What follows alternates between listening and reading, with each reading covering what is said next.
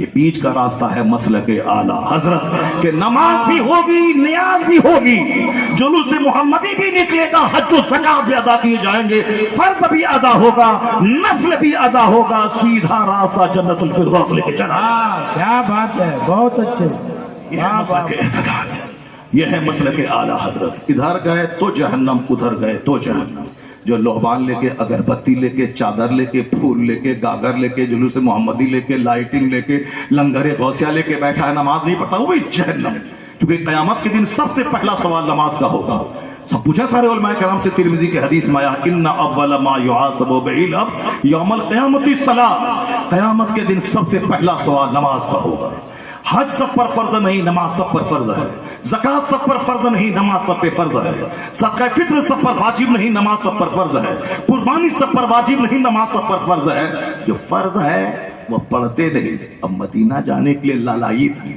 اس کا مطلب ہے نام نمود شہرت تاکہ جانے اسی لیے جو وہاں کے ایک نیکی 1 لاکھ کے برابر ہے اب پیسہ مانگ کے لیے مدینہ میں خرچہ کریں گے اب وہاں کعبہ کے سامنے جا کے سیلفی لینے لگے سیلفی لے کر کے یوٹیوب فیس بک پہ ڈال دیا تاکہ جو 1 لاکھ خرچہ ہوا ہے جنت ملے گی تو نہیں ملے گی کوئی نہیں جانتا البتہ 1 لاکھ آدمی جان جائے شہرت مل جائے جہاں گندی نیت ہوگی وہاں نیکی نہیں وہاں سے گناہ کا پہاڑ لے کے لوٹے گا وہ ورنہ کتنا ضمیر مر چکا ہے اس کا جو روضہ رسول پہ سیلفی لیتا ہے جو روضہ رسول کے پاس صاف فوٹو لے رہا ہے روضہ رسول کے پاس فوٹو لے رہا اللہ صلی کیا کہا ادب گاہیست زیر آسما از عرش نازک تر نفس کم کرتا می آیت چنے تو بایزید ایجا حضور کا جو روضہ ہے 70,000 صبح ہیں 70,000 شام یوں بندگی زلف و رخ 8 پیر کی ہے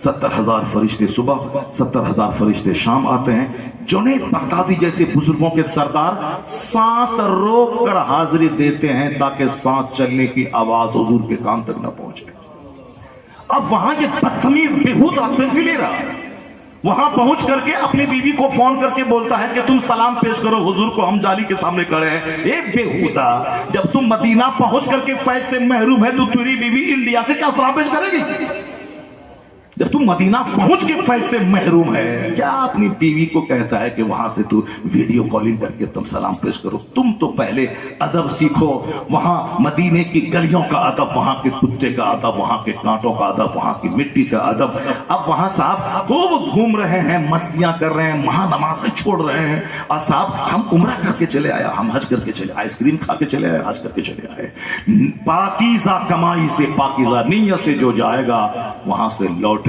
کے بعد ایسا بدل جائے گا سماج بولے گا پہلے گیا تھا کیسا آنے کے بعد چلتا پھرتا جنتی بن گیا سبحان اللہ سبحان اللہ باتیں بہت ساری ہو جائیں گی میرا چیپٹر ادھورا رہ جائے گا اب ذرا غور سے سنیے جناب یوسف علیہ السلام کو اللہ نے بچایا جناب زلیخا عورت ہے عورت کی کمزوری ہوتی ہے عورت تو حسن پہ فدا ہوتی ہے اسی لیے کہا گیا ہے کہ بیٹیاں جب جوان ہو جائیں اعلیٰ حضرت نے لکھا اس کو چھت پہ مت جانے دیں اجنبی مردوں پہ نظر پڑے گی دل ان کر چھوٹا ہوتا ہے یا ڈی ایم بن جائیں پردھان منتری بن جائیں ایسا نہیں کہ میری بٹیا ڈاکٹر بن گئی ہے اسی لیے اب وہ کیا سمجھائیں اس کو نہیں بٹیا پردھان منتری بن جائے اندرا گاندھی تو بھی بٹیا کو باپ سمجھائے کہ بٹیا یہاں جانا ہے یہاں نہیں جانا ہے پردھان منتری بننا اور ہے 10 آدمی ووٹ دیا جیت گیا پردھان منتری بن گیا وہ بننا اور ہے کیریکٹر کا دھنی بننا اور ہے ایسا نہیں کہ پردھان منتری بننے کے بعد کلوا گورا ہو جائے گا ایسا تھوڑی ہو جائے گا پردھان منتری بننے کے بعد صاحب کیا ہے کہ